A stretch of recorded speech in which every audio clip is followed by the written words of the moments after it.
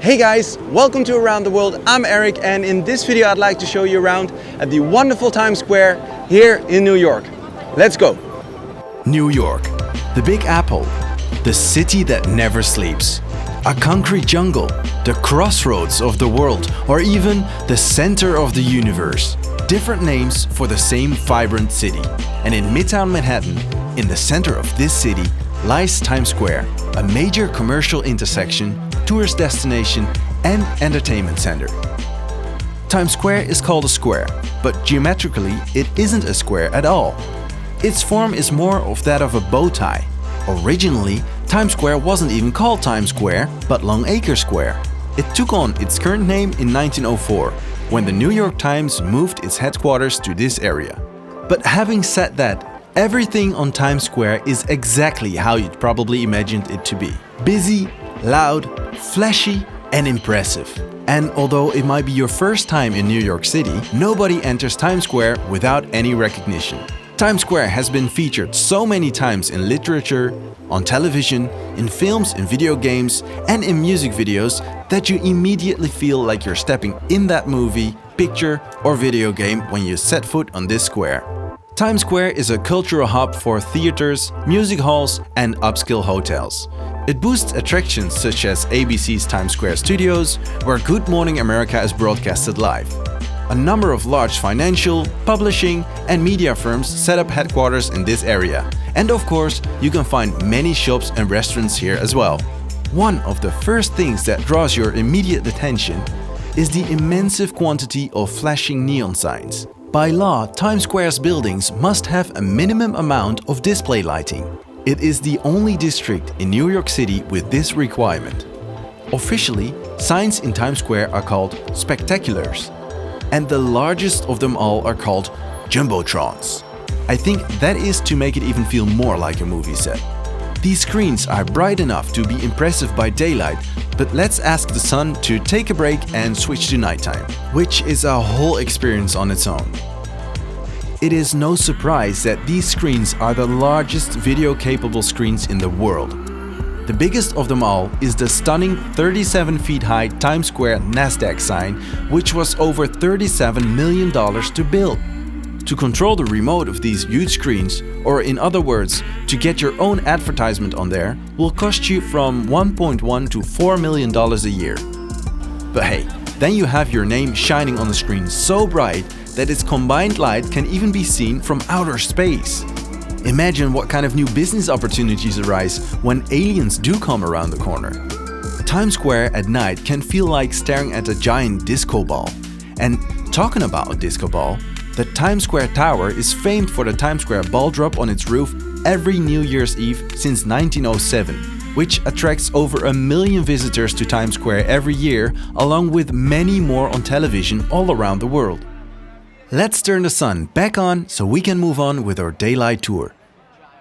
Another eye-catcher of Times Square is, strangely enough, one of the smallest buildings you'll find in New York City. It's the Tkts ticket booth. Here you can buy Broadway and off-Broadway shows, music and dance event tickets at huge discounts. The roof of the Tkts ticket booth is covered with wide stairs, allowing you to sit down or climb the steps for a panoramic, unobstructed view of Times Square. It is one of the world's most expensive stairs. Total cost $19 million. Definitely worth climbing. In front of these stairs you can find the statue of Father Duffy standing in front of a Celtic cross. Francis Patrick Duffy was a Canadian-American soldier, Roman Catholic priest and military chaplain. In other words, a very busy man. He became the most highly decorated cleric in the history of the United States Army. Duffy died in 1932 in New York City. His statue marks Duffy Square, the northern triangle of the bow tie of Times Square. So how's the other triangle called, you must wonder? Well, from what I know, it doesn't really have a name. But feel free to leave its name or a suggestion of what it should get called in the comment section down below. The one with the most thumbs up will be the winner, and hopefully it will appear in all maps and tour guides very soon. Now let's talk about something else. Maybe you've seen them already, but it is not uncommon to walk into some costume characters here at Times Square. Be aware though, before taking a picture with them, that they typically panhandle for tips in ways that might not always contribute to a positive experience of Times Square. But walking into costumed characters is one thing.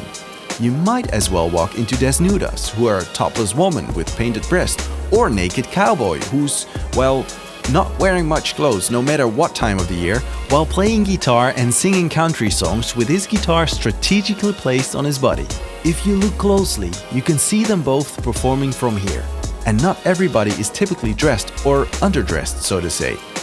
You might also run into Donald Trump, for example, asking you to go on a picture with him.